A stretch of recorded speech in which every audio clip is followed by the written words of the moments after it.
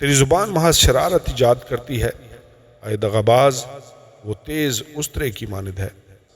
اے دغاباز زبان، تو مہلک باتوں کو پسند کرتی ہے۔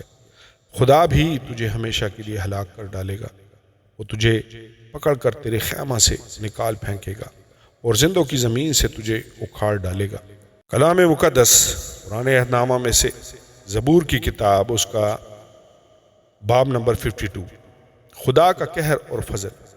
اے زبردست، تو شرارت پر کیوں فخر کرتا ہے؟ خدا کی شفقت دائمی ہے۔ تیری زبان محض شرارت ایجاد کرتی ہے، اے دغاباز وہ تیز استرے کی مانند ہے۔ تو بدی کو نیکی سے زیادہ پسند کرتا ہے اور جھوٹ کو صداقت کی بات سے۔ اے دغاباز زبان، تو مہلک باتوں کو پسند کرتی ہے۔ خدا بھی تجھے ہمیشہ کے لیے ہلاک کر ڈالے گا، وہ تجھے پکڑ کر تیرے خیمہ سے نکال پھینکے گا اور زندوں کی زمین سے تجھے اکھاڑ ڈالے گا۔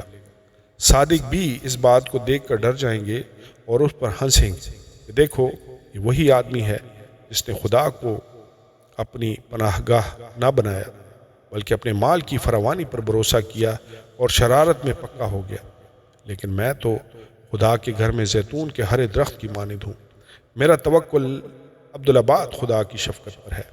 میں ہمیشہ تیری شکر گزاری کرتا رہوں گا، کیونکہ تو ہی نے یہ کیا ہے، اور مجھے تیرے ہی نام کی آس ہوگی، کیونکہ وہ تیرے مقدسوں کے نزدیک خوب ہے۔ آمین اور آمین۔